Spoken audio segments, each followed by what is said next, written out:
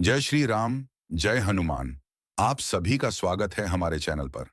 आज हम आपको एक ऐसी चमत्कारिक कथा सुनाने जा रहे हैं जो मंगलवार व्रत के महत्व और हनुमान जी की असीम कृपा को दर्शाती है। यह कथा बताती है कि कैसे सच्ची श्रद्धा और धैर्य से हनुमान जी अपने भक्तों की हर मुराद पूरी करते हैं। प्राचीन काल में एक नगर में एक ब्राह्मण और उसकी धर्मपरायण पत्नी अंजनी रहते थे। उनके जीवन में धन संपत्ति की कोई कमी नहीं थी, लेकिन एक गहरा दुहक था।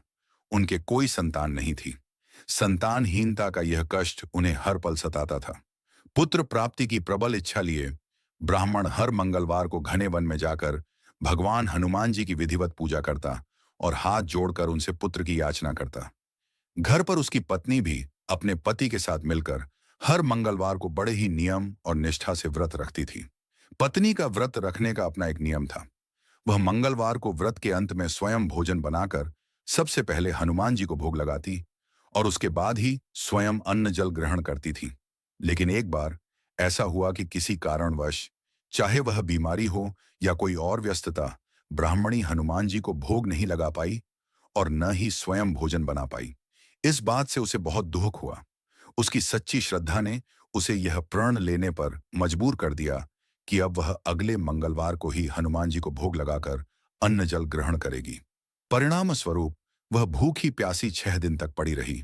उसकी शारीरिक शक्ति जवाब देने लगी और अगले मंगलवार तक वह इतनी दुर्बल हो चुकी थी कि बेहोश होकर गिर पड़ी। ब्राह्मणी की सच्ची निष्ठा, अटूट श्रद्धा और उसकी लगन ने पवन पुत्र हनुमान जी का हृदय द्रवित कर दिया। वे उसकी भक्ति से इतने प्रसन्न हुए कि उन्होंने स्वयं उसे दर्शन दिए। हनुमान जी ने अपने दिव्य रूप में प्रकट होकर कहा, हे देवी, मैं तुम्हारी भक्ति से अत्यंत प्रसन्न हूं। चिंता मत करो, तुम्हारे घर में जल्द ही एक सुंदर बालक की किलकारी गूंजेगी। हनुमान जी ने उसे पुत्र प्राप्ति का वरदान दिया।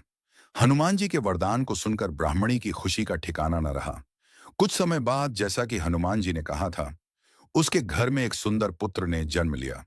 ब्राह्मणी ने उस बालक का नाम मंगल रखा। जब पुत्र का जन्म हुआ तो ब्राह्मणी ने यह सारी कथा अपने पति को बताई कि कैसे हनुमान जी ने उसे दर्शन दिए और वरदान दिया। लेकिन ब्राह्मण को अपनी पत्नी की बातों पर विश्वास नहीं हुआ। उसके मन में संदेह घर कर गया। उसने सोचा कि उसकी पत्नी ने झूठ बोला है और वह एक व्यभिचारिणी है। उसके मन में इतने बुरे विचार आ गए कि एक दिन मौका देखकर उसने उस निर्दोष बालक मंगल को उठाकर पास के कुएं में धकेल दिया। अपना यह कुकर्म करने के बाद वह कुएं से पानी भरकर घर लौट आया। पत्नी ने पूछा, मंगल कहाँ है? और तभी तभी वह बालक मंगल मुस्कुराता हुआ घर में प्रवेश कर गया। उसे जीवित और मुस्कुराता देखकर ब्राह्मण हक्का बक्का रह गया। वह अपनी आंखों पर विश्वास नहीं कर पा रहा था। उसी रात बजरंगबली हनुमान जी ने ब्राह्मण को स्वप्न में दर्शन दिए।